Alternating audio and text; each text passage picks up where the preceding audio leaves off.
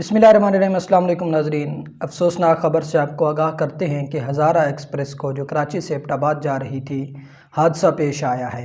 उस हादसे के नतीजे में 25 अफराद जाँ बहक हुए हैं और 50 से ज़्यादा अफराद ज़ख्मी भी हुए हैं।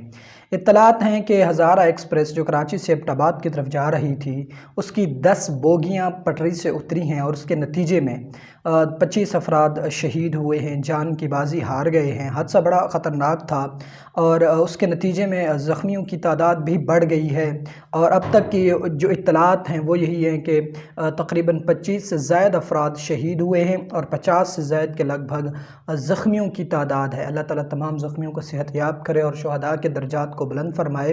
हादसे की शिद्दत बहुत ज़्यादा थी, काफ़ी शदीद किस्म का हादसा था। 10 बोगियाँ पटरी से उतरी हैं और ये इत्तलात हैं कि ज़ख्मियों की तादाद बढ़ती चली जा रही है और ये भी ख़दशा है कि कुछ ज़ख्मियों की जो सूरत हाल है वो नाजुक है और ज़ख्मियों की जो सूरत हाल नाजुक बताई जा रही है उन्हें आगे रेफ़र कर दिया गया है।